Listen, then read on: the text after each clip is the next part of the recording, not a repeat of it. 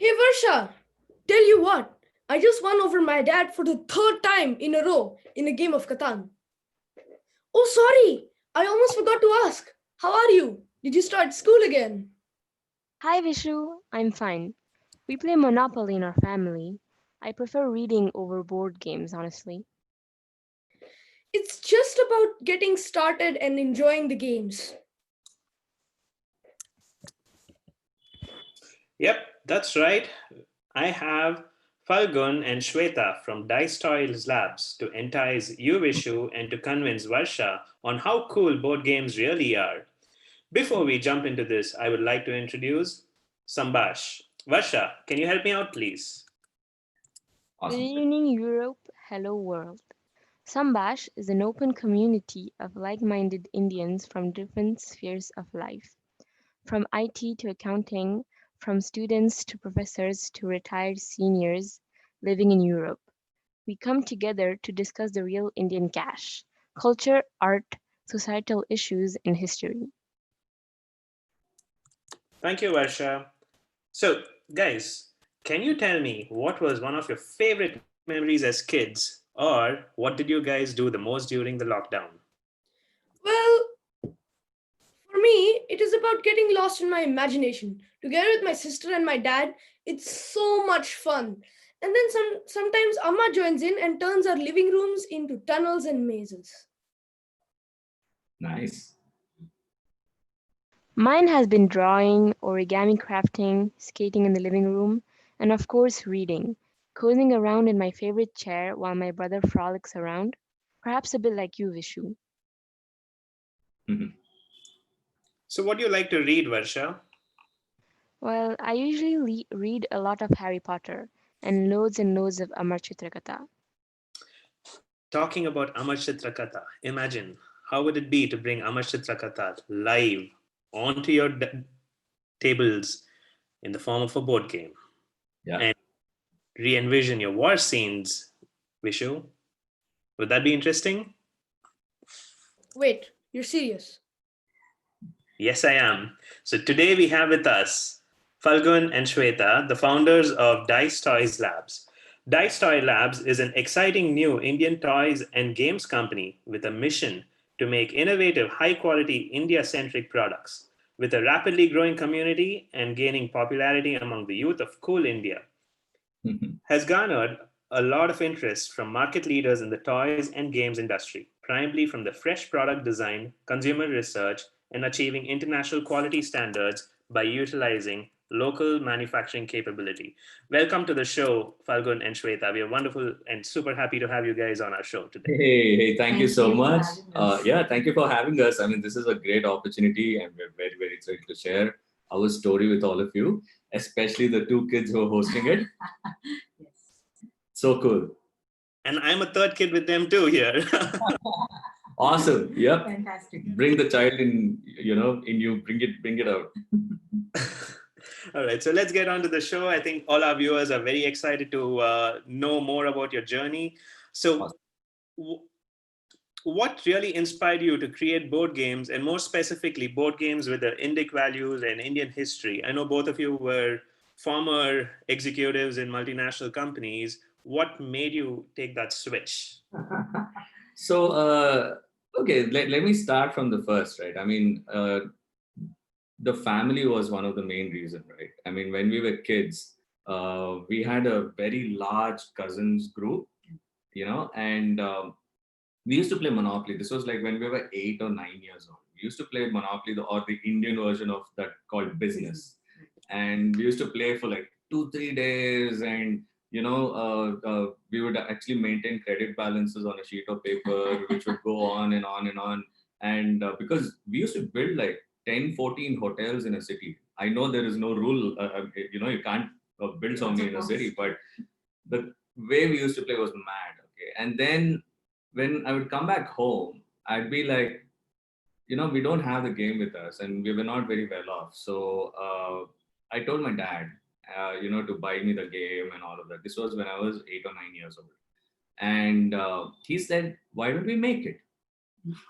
So imagine 30, 35 years ago, we are actually working on a game ourselves Okay, like we bring this shirt box that you get and you open it up, and we painted the whole thing, pasted sheets over it, drew the whole Monopoly thing, and we made our own rules. And we went in search of the plastic components from shop to shop, asking them, "Do you have spare? Do you have spare?" And they actually gave us. It was awesome. And in the process, what I learned was something very special, which has been with me very close to my heart for, I think it's going to be with me forever. So I learned two things. When I was watching him work on it, the attention to detail, and that, the concept of perfectionism, that whatever you're doing, let it be not just 100% good, let it be 200% good. People should be looking at it and going like, oh my goodness, how did you do this? Right? So that's something which I learned. So the wow factor, that was the the first thing that we learned. And through time, I met her like 20 years ago. Yeah, and we were actually gaming when we were kids. We hung out as well. So we started playing. We were playing Life and Clue and those kind of games. And then years later, then we had our son, and then he got old enough to actually build engagement. And then we realized there's nothing which we can buy in India. Exactly. International market has some fantastic board games, but when it comes to India, we had really very handful choices, which we had them. He was bored of all of those already. So we knew that we were very creative. We knew that we like to surround ourselves with kind of work that where you're using creative skills, problem solving, and kind of go crazy with imagination, like how Vishu would say. And that's when we were like, hey, let's do this. And I did it alone when nobody trusted me. Okay, they were like, oh no, Balgun is starting another business. I'm like, well, the kind of person I am, if I can't sleep for 3 days when the idea is in my head, that means that idea is good. If the idea dies after the next night, I'm like, okay, it's not going to work, right? And this thing kept me awake for like months. So that's when we were like, okay, let me create a business model and start working on it. Let's see if people like it. Instead of we making something and push it into someone's hands, with advertising and marketing and all of that. No, what we wanted to do was, can we create a product which has an organic pull already in the market? How do you do that? You understand the market. So that's when we realized India-centric products, there are none. So we had to make something cool. And it was high time somebody did something cool, with an India-centric topic. So that's the origin story. Wonderful. After that, you've seen everything, how it's rolled out, yeah.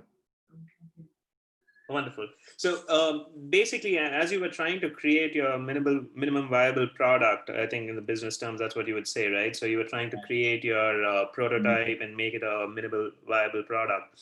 What were the challenges that you faced in your journey? Because this is an untapped industry. You don't have any, it's an unlaid road over there, and you have to lay your own path. What were your challenges that you faced? Oh man. I think he had the biggest challenge to convince me to join. Yeah. So I was like, this sounds all very nice, but how do you So that's the immediate thing, right? I mean, mean, we all knew, we are all fans of board games and toys, right? So first thing I did was, is there an ecosystem, right? Okay, fine. So today I take the first step. I have some money. What am I going to do next, right? I'm going to start searching for a good product concept theme. That's on one side. And the other side, I want to figure out if there's a manufacturing chain, the entire supply chain, like whether it's manufacturing or do they have the capability. And you won't believe this, okay? India, if you actually compare the world market share, like India's market share in the world in toy and games industry, our market share is just 0.5% of that market. And we are 1.35 billion people, okay? And with 500 million middle class families, that is bigger than the population of US. Yet, our market share in the toy and games industry was just 0.5%. I stumbled upon this fact, verified it in a couple of places, and I'm like, are you serious?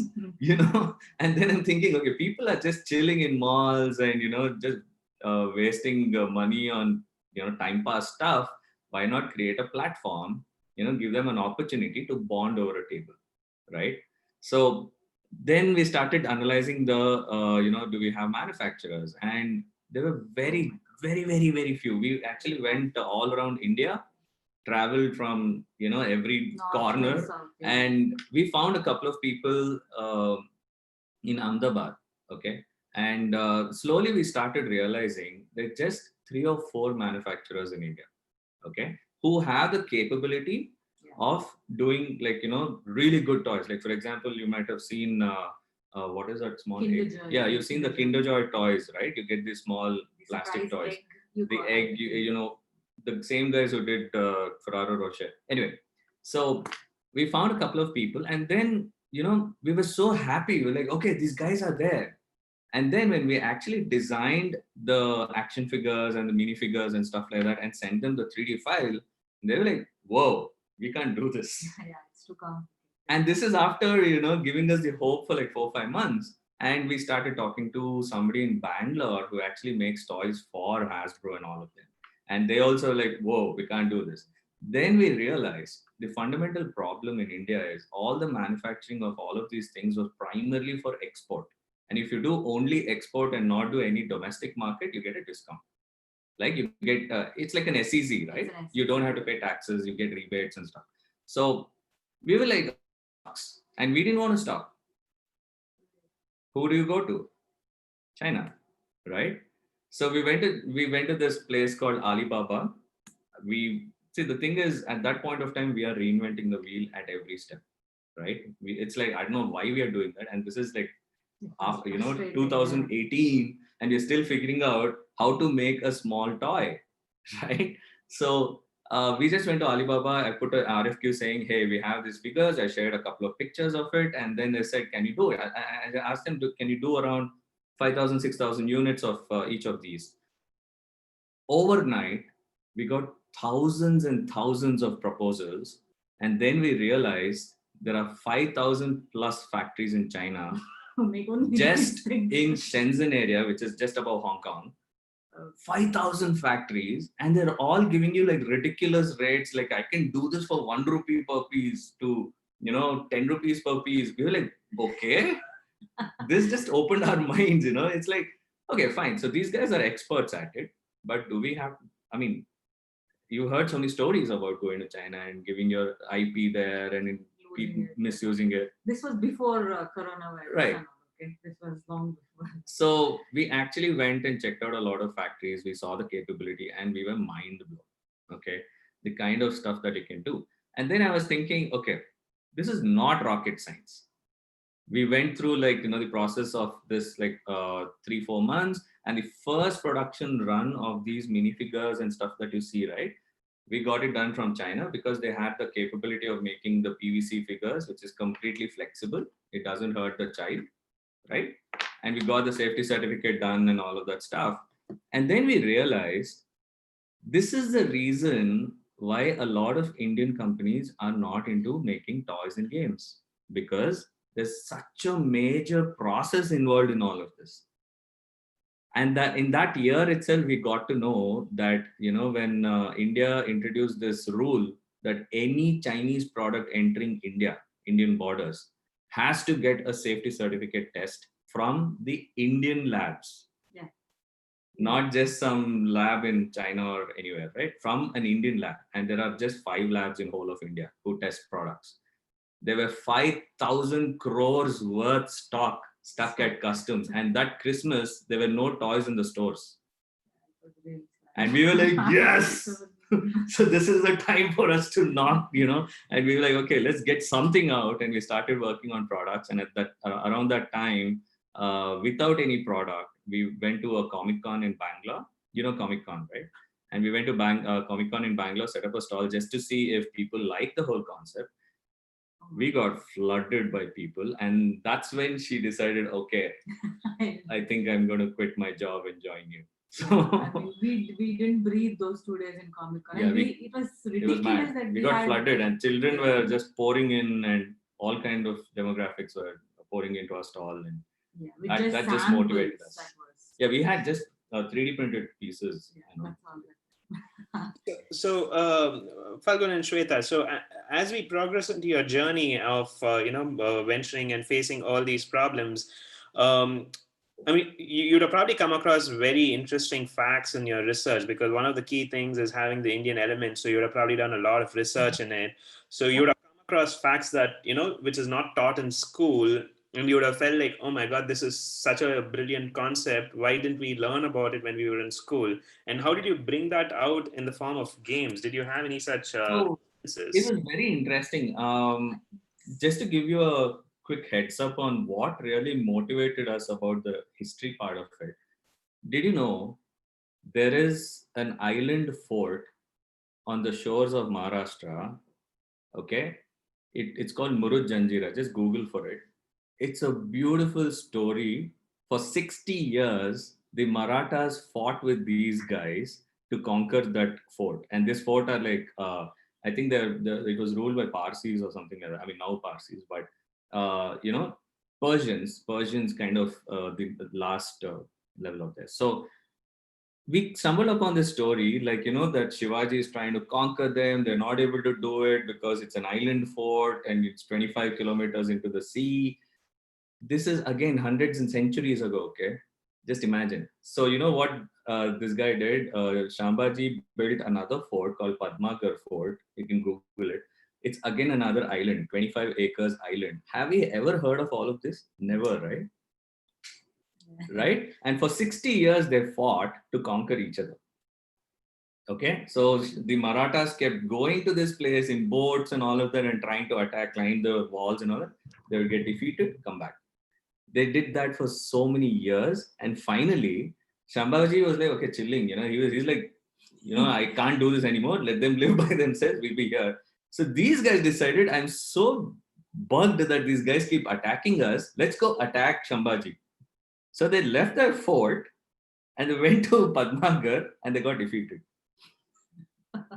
It's like, we are reading all these stories and we're like, why aren't anybody making anything based on Indian history and Indian forts? Because there are forts all over India, right? There's a fort in Bangalore, there's a fort everywhere. You go to Mysore, you get Srirangapatna, anywhere in India, right? Jaipur has beautiful forts, Udaipur. Why haven't anyone taken this as a topic? So we're like, done. So we made a massive game called Yuddhabhumi at that point of time. It had gold, it had Ayurvedic healing, it had, you could skill your army, you had a fort, your fort had a strength and a weakness, and if you want to get in the fort and attack, you need to have the particular combination of cards and tokens and stuff like that. And then we actually tried it out with a bunch of, we play test every product, right, before we go into production. So we can understand what is the emotions that we're playing with, are they understanding the game and stuff like that. It was a super hit among board gamers. But the mass market was like, after the second page, we didn't understand. So they were like, oh, okay. So that's when we made this simpler version of Yuddhabhumi. This is what you see. So it's very simple. It has two armies, okay? And you roll a dice, and the dice outcome of your attack on the enemy is decided by the dice. It's very simple. You roll a dice, you get -1, that means one opponent is gone, right? And -2, two opponents are gone. Three opponents are gone.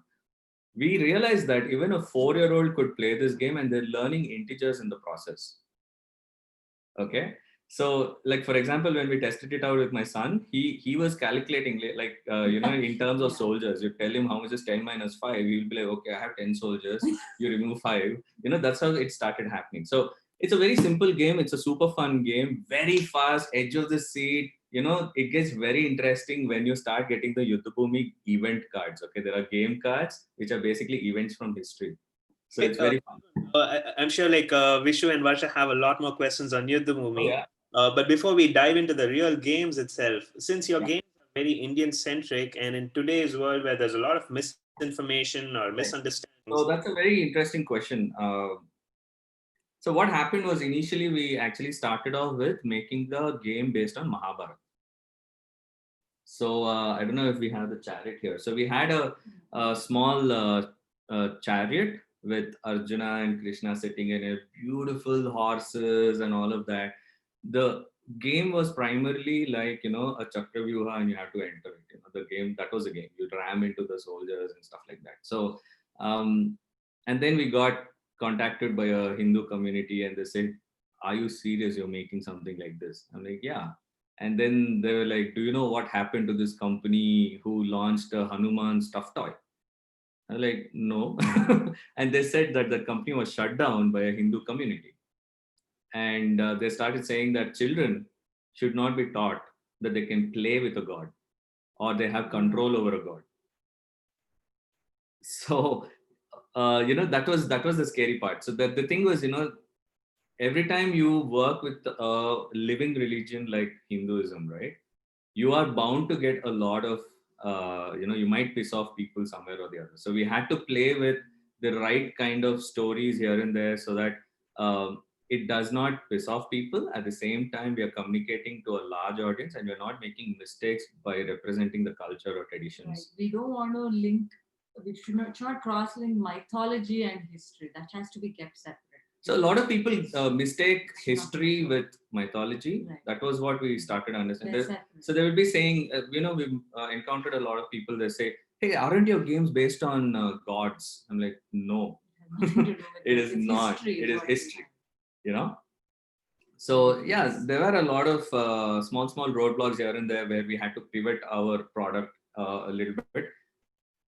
No, it's a very good point because I think, like you mentioned, the first thing was the family value, the family time that you spend off the screen. That's a big factor, especially in today's world, right? And then the second thing is, how do you instill the Indian values or the Indian history in a fun way, like so that it's not, the kids don't get bored. Like it's not like a history lesson. Like Yes. my history lessons, it was not fun when I was doing it. Same here. It is a lot of fun. Same here. No. So I think it's wonderful that you have this idea, and I just have, I mean, one of the things I was thinking, like as growing up as kids in India, right? Like we knew about He-Man, we knew about Superman, Hitman, but India doesn't lack heroes. What do I say? Superheroes. Both villains and heroes and heroines, right? So yeah, exactly. So that's a good question. Good point that you actually brought up. Heroines, right? And female villains too. Whether it's, the thing was, it was represented equally, right? So you always have heard stories, even when you go back to mythology or Amachitra Katha and all of that, right? You learn about so many female protagonists. At the same time, you have equally powerful male protagonists. But that never comes through in any of the movies or stories or shows or anything. It's always one super powerful male guy standing there, right? And as we have Shweta in the team, she is one person who really wants to bring in that, hey, wait, we're equally powerful, right? That was the only way Yuddhabhumi would have happened. Exactly. I was like, you must have super cool girl warriors. The girls. Oh yeah, like look at that. That's an archer. Right. Our best figure, this is our favorite one, is an archer and she's a girl. So and she's total power. In history itself, so many queens who fought bravely. Yep. So what I wanted to bring in was gender equality. But for some reason, it has all been diluted to what people consider today's India. I mean, today's India is not at all what it's meant to be. But it's wonderful that you guys are bringing up these concepts because it goes straight to the kids. They don't have to go through school to understand all this. They are at home with their parents in the family environment. Exactly. Yeah. So actually, that was an interesting point that we came across when we were designing Chariots of Chandragupta.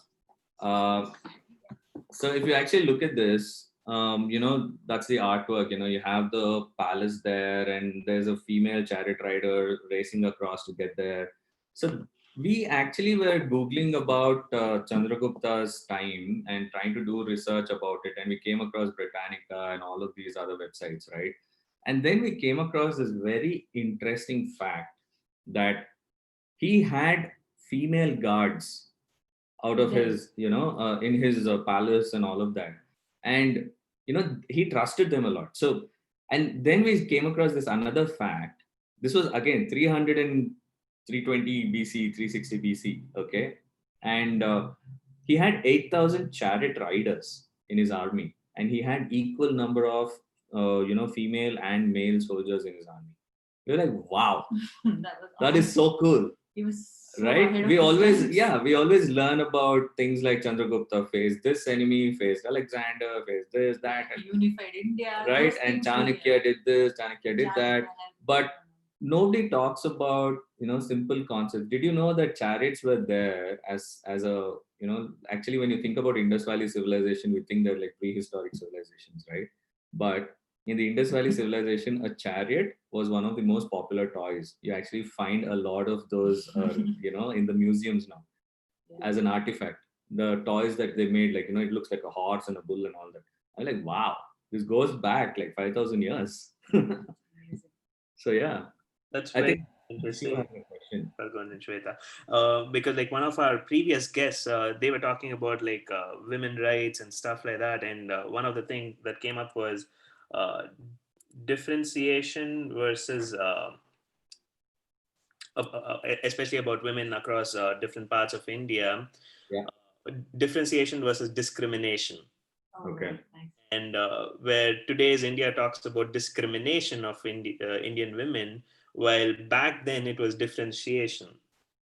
Women could do whatever they wanted to do and they were differentiated that way, but somehow that got diluted in today's world as discrimination. So Exactly. bringing back all those concepts through toys, and it's good that we start early with the early roots in. So Exactly. um, the kids are getting really eager to know more about the Yeah. game. We'll dive in straight to the super interesting Yudh Bhumi. All right. This So is the big one. Varsha, you Yeah. can ask your questions now. I know you've been So, for a while. is Yuddhabhumi inspired from our Puranas? Which war is it inspired from? oops. So basically, Yuddhabhumi is not from one war. The game has events that can happen from last 2,000 years. So whether it could be it could be from the Mughal era, it could be from the Marathas, it could be Rajputs, it could be just way back from Ashoka's time as well. So the events, like simple events, like you form alliances, you break alliances, your best friend becomes your enemy, like a backstabbing enemy and stuff like that. But it's not so harsh in the game. It's for the children. But there are a lot of events that have happened. Like for example, they found like you guys might have seen the movie 300, right? I mean, in that there's one guy who's dying to join the army, but he's like has his disabilities, but then he goes and joins the enemy side, right? And sometimes there's the leader is so good, why don't we go join the leader instead, right? So those kind of events happen in this game. So it's like enemy soldiers join your side and you're like yes, or you form an alliance and you create an ambush, or there are a lot of events that you can come across in this game. And the most scary part of one card which a lot of kids hate is half of your army is weakened due to a disease, and that was very apt during this lockdown and coronavirus time. So they kept calling the COVID-19 card. That's what the kids would call it. Yeah. So that's how it is. I mean, you have 4 players. You can actually upskill the warriors. A particular warrior could be more powerful than the others in your army because you trained them that way. So a lot of things in the game. Yeah. So the yellow box is the complex version. Yeah. So you get alliances. You have power cards and all. 4 players can play. This is just a 2-player. The orange one is for the younger kids. The first board game kind of concept. So what's happened is the first thing that comes across as soon as you look at Yuddhabhumi is like, hey, this is so cool. Is it chess? Right? So that was something which we always kept facing. I mean, wherever we went, can we use these pawns as the chess pawns? I'm like, no, this is nothing like chess. Chess is another Indian game, but we've created something completely unique where anybody can play within 10, 15, 20 minutes and you finish the game. And it's very edge of the seat. You don't know what's going to come next. And, it's pretty thrilling actually when you play the game. We played like 1,000 playtests of this game. It's crazy. Really, we've done a lot. And the bigger one lasts you till 45 minutes. So you can, after dinner, sit there and family can sit and play. It's a lot of fun. You should see the reviews some of the people have said. They've called us and they said, "Why have you put this card?" And they're like, "I'm pulling my hair here. My whole family is attacking me from all directions and all of that stuff." Yeah, So it's a fun game. Yeah. The most important thing is it's not a solo game. Like how most of the mobile and games on your iPad or tablets are all solo games, right? You're just playing on your own. But this is something where the entire family sits across a table and plays, create memories, laugh together, spend Fight 1 hour, together. fight together and all of that. So 1 hour to 1.5 hour of beautiful quality time. So Falcon, looks like this game also involves a lot of strategy that kids can actually start learning inherently without going for a strategy lesson.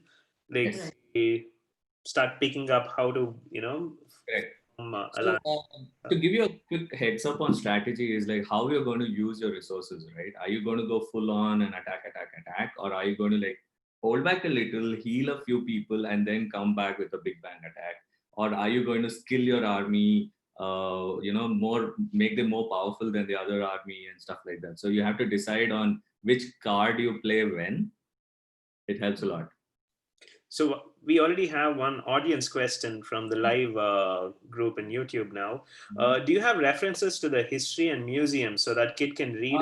So that's a very good question. We actually wanted to do that, but then we realized that Indian history is massive. You can't relate because battlefields have been the author of our history, right? And when you actually look at the number of battles that have happened, there are plenty. So it's very difficult. I mean, we started thinking like that. Then when we play tested it with kids, they were like, "Oh, these guys are like Bahubali. Bahubali is not history," right? Yeah, but they were relating. So they were relating it to like how people relate to Star Wars and stuff. Indians were relating it to Bahubali. So, Bangala Deva is coming and fight and all of that. I'm like, wow, okay. So it caters to all, people can mirror any of their thoughts with it, which is good. That we wanted it to be very open, let the imagination take over. Right.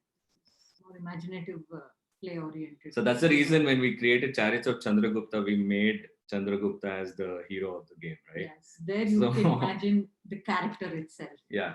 The character, the theme, the artwork, and everything is from that era. Again, the other game that we're launching also is very thematic. I think, all right. Vishu, I think you had some questions on Yuddhabhumi. Yes, I thought we Indians were into science, but are we also like the Vikings? Okay.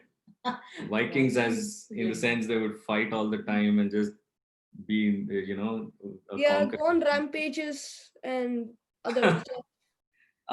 You're a bit of both, I guess. Well, conquering was one part of our history, right? I mean, they wanted to expand their empires, but they primarily expanded their empires to bring unity. It's not to divide the country. So they wanted to have standards in places. They wanted everyone to follow the same rules and things like that, right? That's the main reason why kings always expanded their empire. And second thing is, along with this, Indian history is known for creating a culture along the way. They would build temples. They would have all these things where they would support the different levels in the community and stuff like that, right?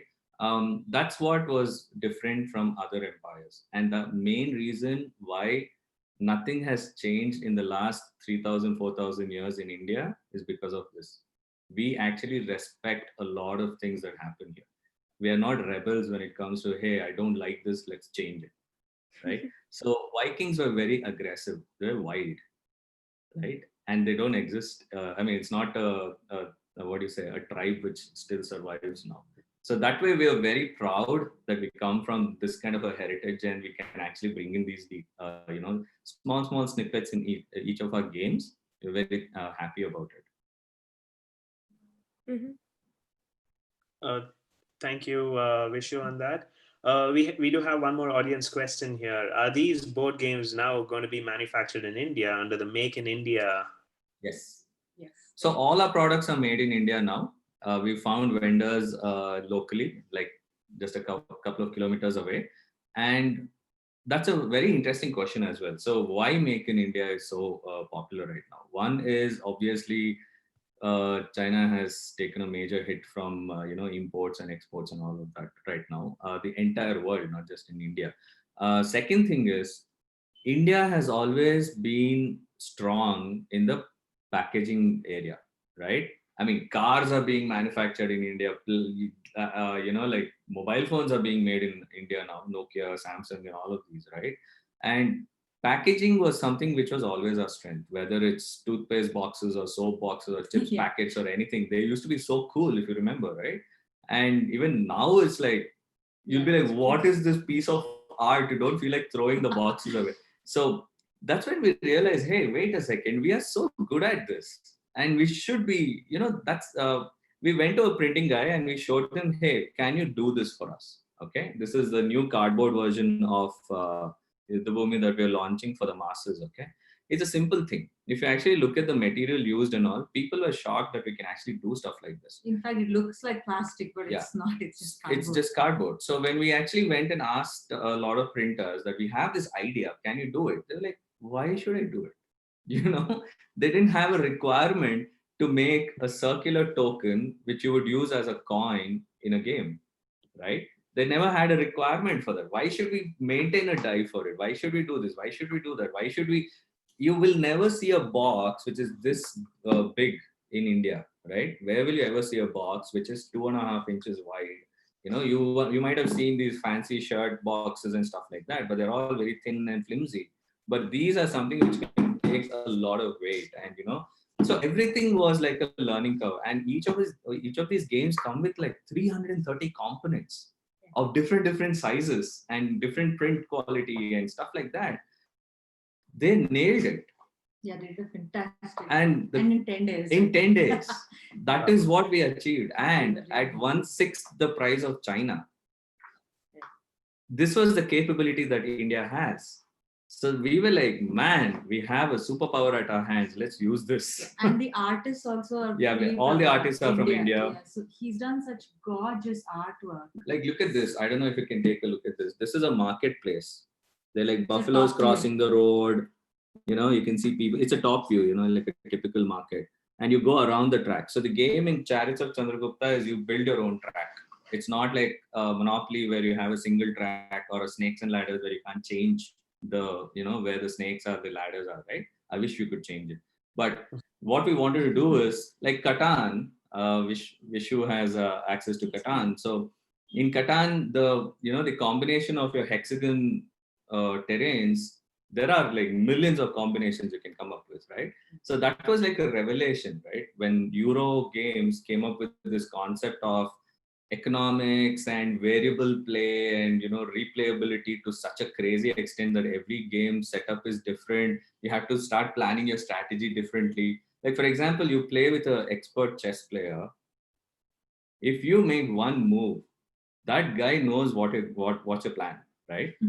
He'll bring you down and he'll do a checkmate in 5 moves and finish you off.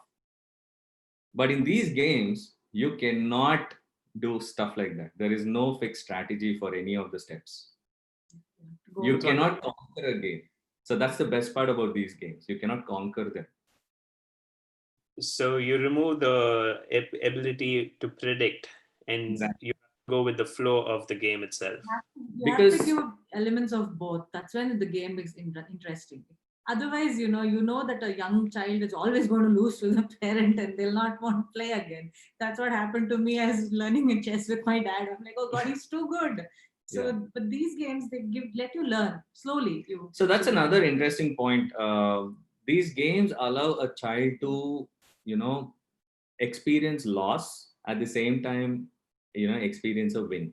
So generally what happens is when you play a game with a child, you try to lose to the child, right? You do everything so that the child wins and you see that smile on the face, right?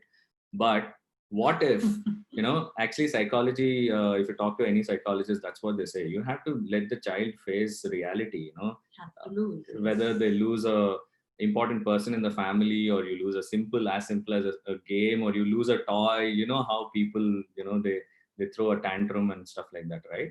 So, we got feedback from parents that children are actually learning how to win and lose. Yeah, It's just part of life. Right. Losing and winning is part of life. If you lose a game, play another game.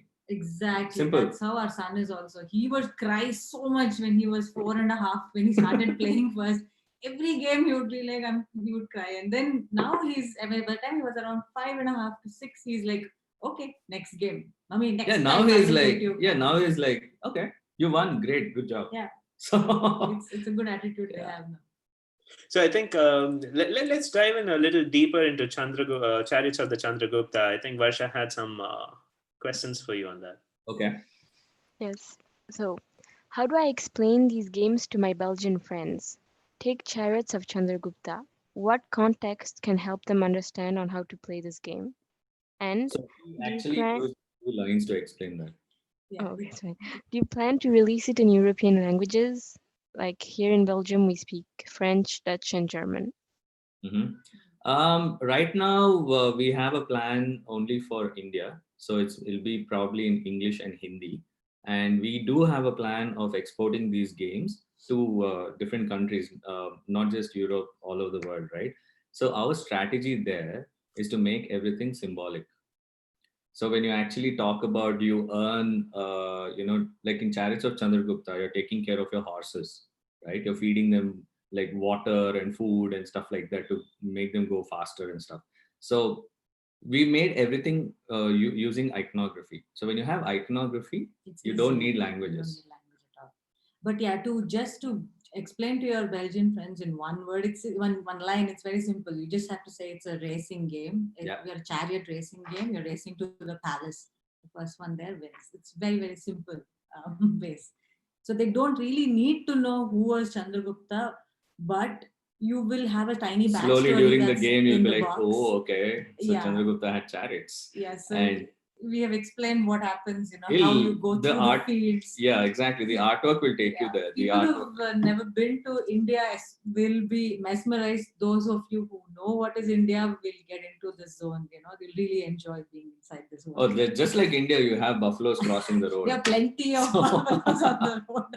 Yeah, so you keep coming across obstacles, and you need to be skilled enough to go around them. So we have, components in the game where you can actually overtake people, you can overcome obstacles. There are trees fallen on the way. You have accidents. Yeah, you can crash into another chariot, the pothole. There's a lot of stuff. Yeah, it's a lot of fun. I mean, we had way too much fun designing this. So Falgun, this is almost like inserting the needle into the banana. You're not telling them it's an Indian thing. You're telling them it's a racing thing, but then slowly you start giving them the facts about how superior or how powerful the Indian empires were. So that's a wonderful idea. So just to give you a insight, we made the spinner. So there is a spinner in this. There's no dice. So that is like, you have an arrow spinner which I have to spin around. It gives you the feeling of it's a chakra kind of a thing. So Indians can relate to chariot. Actually, initially the game was called Chakra. Yeah, we changed it later. This is like a cart seller in the game. Typical vegetable vendor. Like you have a bank in business game or Monopoly game, right? So we made a cart vendor, and that is a super hit right now. And the coins are again from that era. It's like those copper coins. So the attention to detail here is when you actually keep these 3 coins together, it forms a horse. And what I wanted to show you is this. We have 8 chariot riders, okay?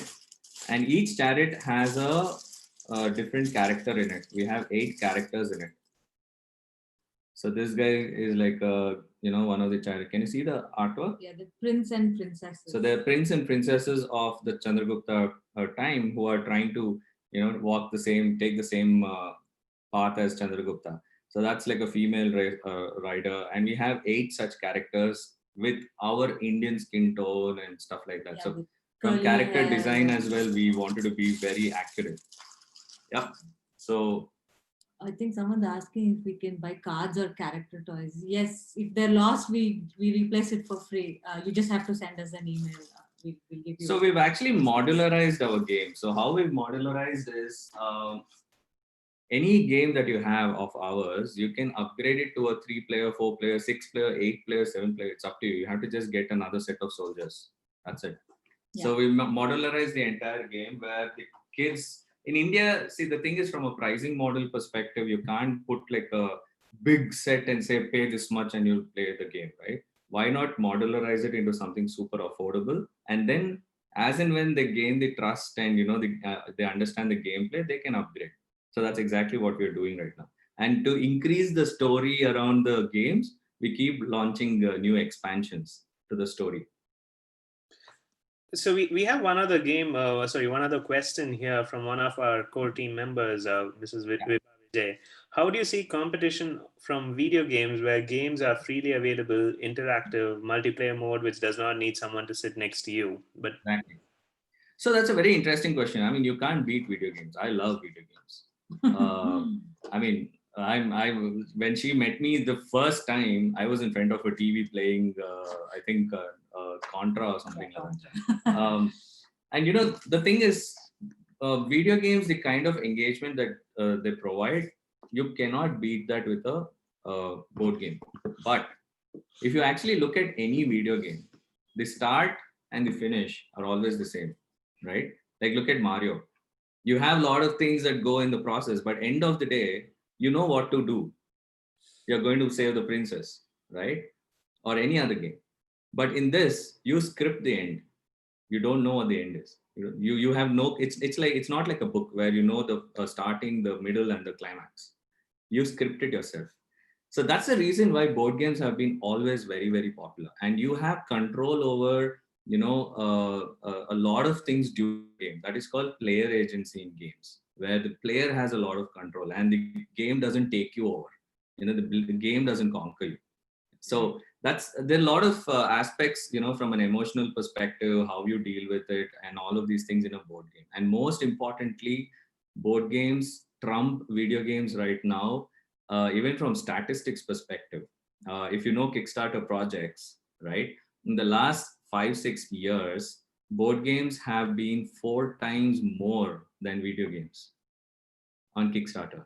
So if the amount of money that they raise is around 50 or $500 million in a year, in that 14% is for video games and the remaining is for board games. So board games is something which, inherently has those qualities of engaging people and telling a story, and engaging them for a long time while, you're going through a detox program, right? Exactly. You're not looking at your phone. In today's world, especially now, you're studying online as well. You're doing everything online. So you work from home.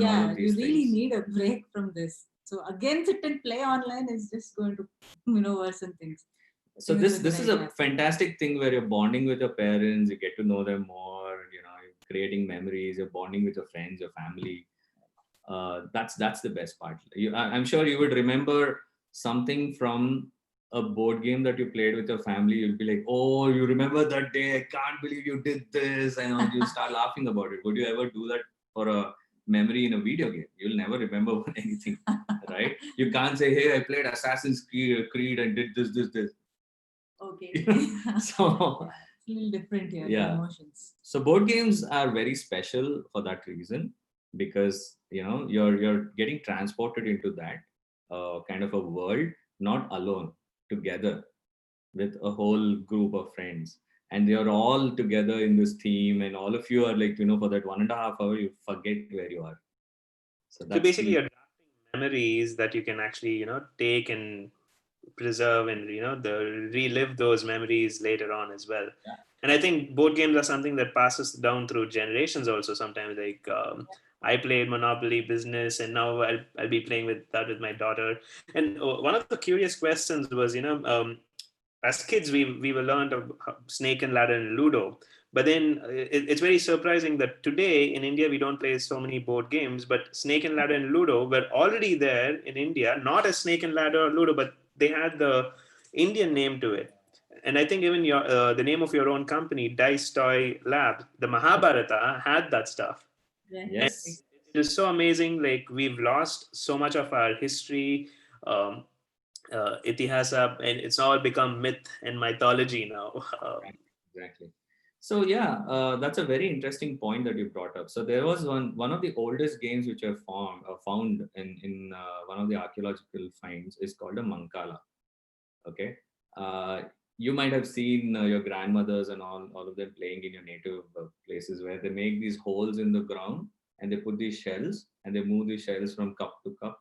You might have seen that, right? It's called a mankala. It's actually a Persian game which has gone all over the world. And even today, if you go to a construction site, you will see people playing that.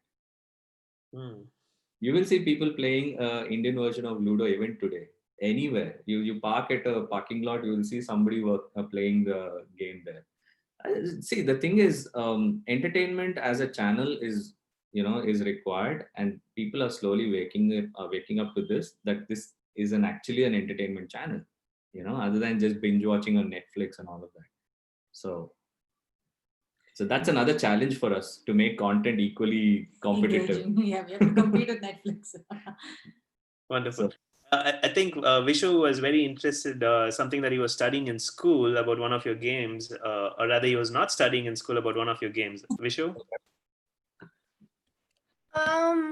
About the Chariots of Chandragupta sounds very interesting, but I saw this on your website, a game called Indus. What is this about? cool. That's our Um, latest. so you're not aware of Indus as a civilization? No, I'm not. Okay. It's Indus Valley civilization. That's So what it Indus is. Valley civilization is the origin of our nation, right? As India, right? I mean, we know that in history, as in you'll study about anthropology and all of these things, that uh, the early what do you say? Our ancestors were nomads. They would move from place to place searching for food, blah blah blah. Right? We read about all this. And then we also read that finally they decided, hey, why not stay in one place? We have resources. Let's do farming and domesticate some animals and stuff like that, right? So all of that has happened all over the world around the same time. Okay. What makes Indus Valley civilization amazing at the same time not known in the rest of the world is two things, right?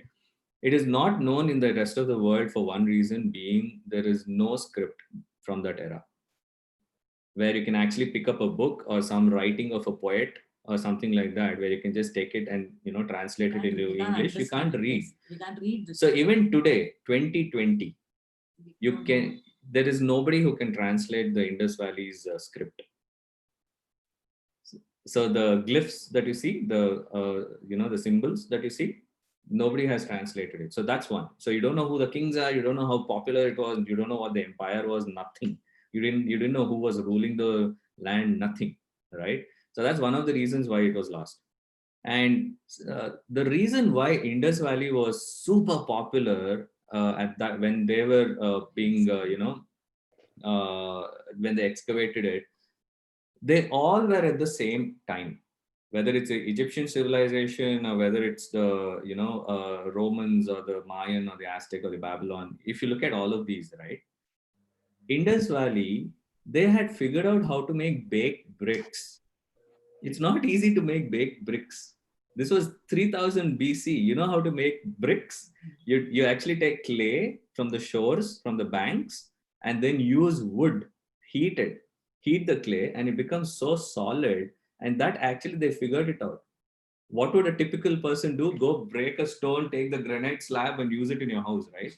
They actually went ahead and made baked bricks. And they made first floor and all. Yeah, actually, they had multiple floors and all of that stuff. And the Indus Valley civilization spread all the way from north of Maharashtra all the way to Iran, Iraq, and that was how huge it was. And even now, people are slowly finding that the seals that they used in trade, they're finding those seals. So they knew that this came from Indus Valley civilization.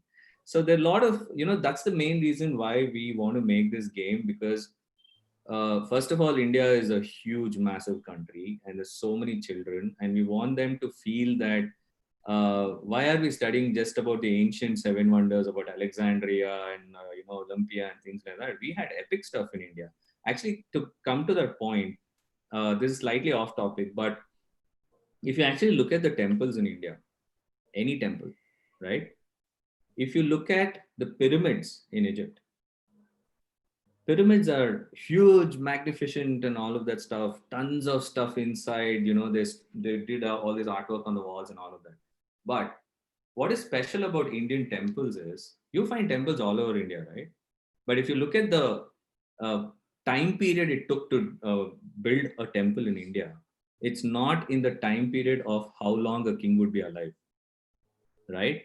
The king would be alive, then his son would come and become a king, and then he would be, if you look at the heirs and all of that stuff, the temple was still constructed for 300 years.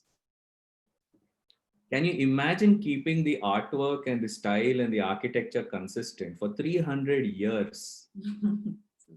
That's right? amazing. Right. And you've seen the kind of temples and the style that they follow all over India. So that's something which we have to really explore and tell people that we were perfectionists, pursue perfection, right? It's not just being a mediocre guy, hey, I passed, I'm good. Why not do something so epic? Like how the other guys did in our ancestors did. Why not? So that's a great example for us to live by, and we are very proud of that heritage that we have. Well, Gun, that you bring an interesting point, because now that I'm in Europe, I went and saw the Leaning Tower of Pisa. Exactly.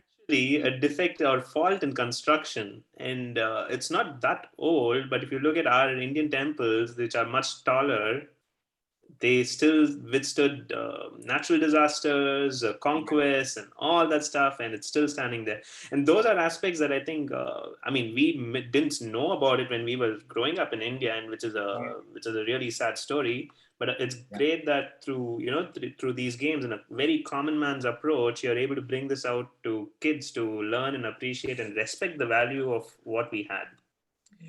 Talking about this, and we have like very few minutes left. I think Varsha and Vishu were very excited to know about the future. So Varsha, I think you had some things on the future, right? I had a question about the future. So, do you think you'll be Mhm. bringing some digital version of your games, like That's a as great an question. app, for instance? So we actually have experimented with a couple of things. One is a mobile version of Yuddhabhumi, where you just sit across a table, at a restaurant or wherever, or on a nice train journey, and you can actually play the game, right? That's one thing that we are going to be launching very soon. And at the same time, we have actually introduced augmented reality. So, imagine, bringing something to life. Like, for example, you point at a Hoysala temple in one of our games. We made a game based on Hoysala temples, and you point your app at it. Imagine it raining, or you could see it in the heyday, how it would be with all greenery around and stuff like that. So that's something that we're working on right now. We're very excited about it, because the first biggest challenge was, can we do it? And the second challenge was, will Indians accept the app? Will they use it? Will it work on a phone which costs 4,000 rupees? Right? So those were the small things that we are looking at. End of the day, we want Indians to, adopt our games and, have fun primarily. So technology, if it's going to add a layer of engagement, why not? Because DICE stands for Design, Intelligent, Complete, and Engaging Toys and Games. So that's what DICE stands for. Yeah, we are always ready for it. Cool, man.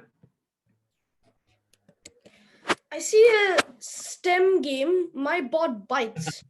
How do you get the theme for your next board game? That's a great question. So that's two questions actually. So one thing that we realized is, what is it that if India had a personality, right, as a person, what are the things that you would look at? So one, you'll think about culture, traditions, religion, languages, food, and all that, and you also think about IT guys. We love to code. Come on, let's just admit we it. love to code. We love anything where this step leads to this step, leads to this step. Logic, like figure it out, logic. algorithms. Exactly. We love building. Both of us come from the IT background, right? I mean, she comes from a programmer background. I come from a business analyst background. So that's when we realized, why not make a fun game where you're helping a robot find its spare parts when the professor is away from the lab, and in the process teach the person a little bit of coding. It's called action programming. Okay, in the sense, you are actually deciding what are the actions that you're going to do ahead of time. Yeah. Okay, it's not like, okay, I'm going to roll a dice, one, okay, I'll move one step. No, it's action programming. So it's like this step, this step, this step, this step, I'll turn around, do this, make a loop, if else, all of those things, right? So can we bring in this concept to children when they're playing in a fun way where they're actually controlling a robot? All right, so it was so funny to watch everybody play, especially when when we were playtesting it, the grandparents were playing with their grandchildren, and they're figuring out which side is left side, which side is right side. They're standing up and they're looking, oh no, this is my left hand, and they're trying to figure it out, and they don't know they actually learned coding in the process. Yeah, their loops and all. They have to think ahead and see, okay, if this loop runs twice, where will my robot end up? So they need to think. So it was a lot of fun making the game, and it's come out really well. And the art is so adorable. Can't wait to launch it. It's coming out next month. Yeah. I think that was our question. And those are the two questions that you asked, right, Vishu? No, the other question I asked was, how do you choose the theme for your next board game? So that's a very interesting question. So for a game publisher, there are multiple sources for game ideas. Okay, even you could design a game, right? That's the main reason. Like for example, Varsha was talking about Harry Potter, right? And look at Jumanji that has come out. There's so many games out there, which is so many movies out there, so many stories that you learn about and read about.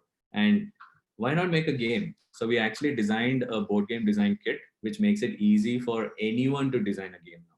You don't have to go in search of components and stuff like that. You want a round token, we have a round token. You have to just write with a pencil.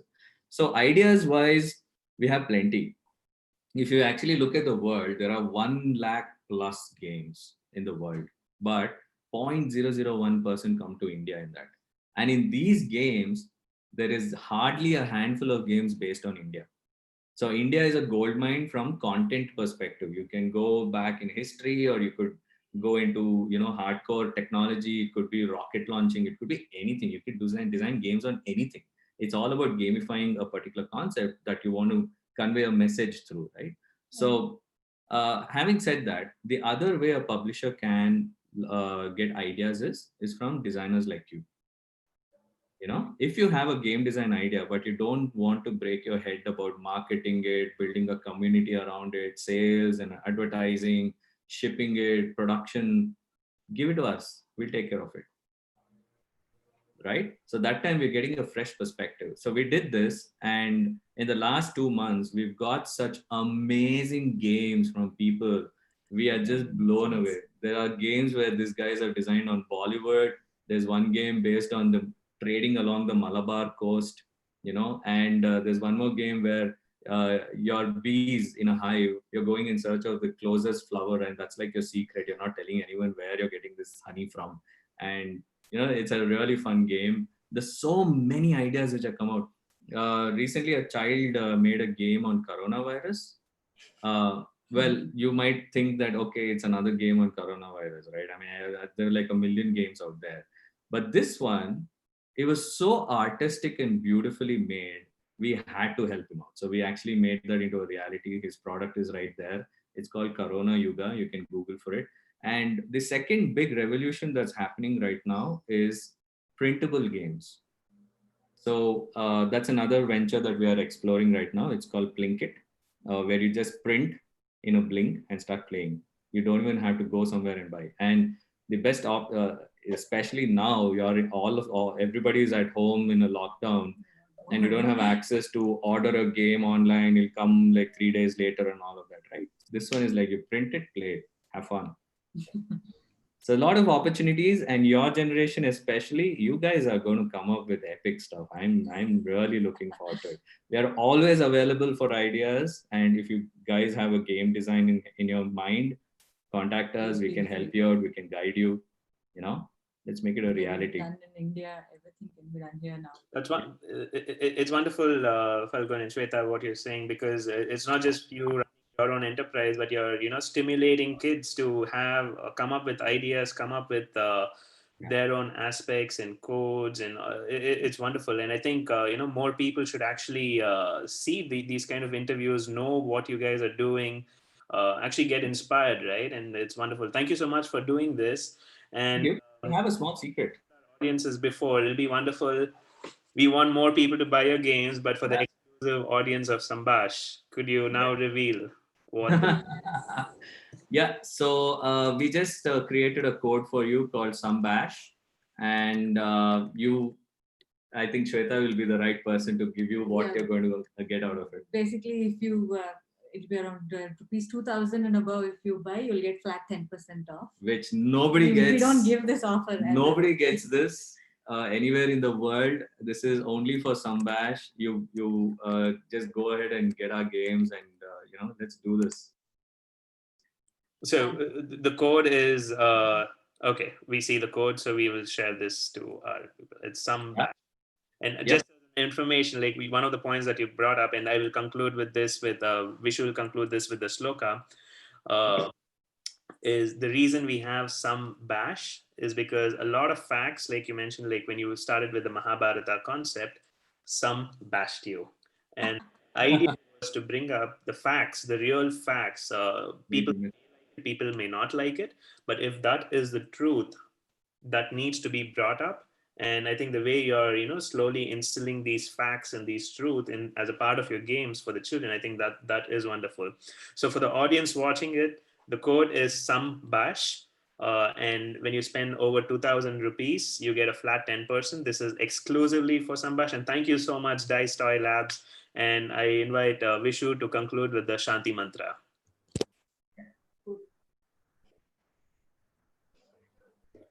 Gurur Brahma, Gurur Vishnu, Gurur Devo Maheshwaraha, Gurur Sakshat Parat Brahma, Tasmai Shri Gurave Namaha. Om Shanti Shanti Shanti. Wonderful. Thank you. Great. Wonderful. Thank you so much for this opportunity, guys. It was great talking to you and understanding your perspective. Thank you so much for your time.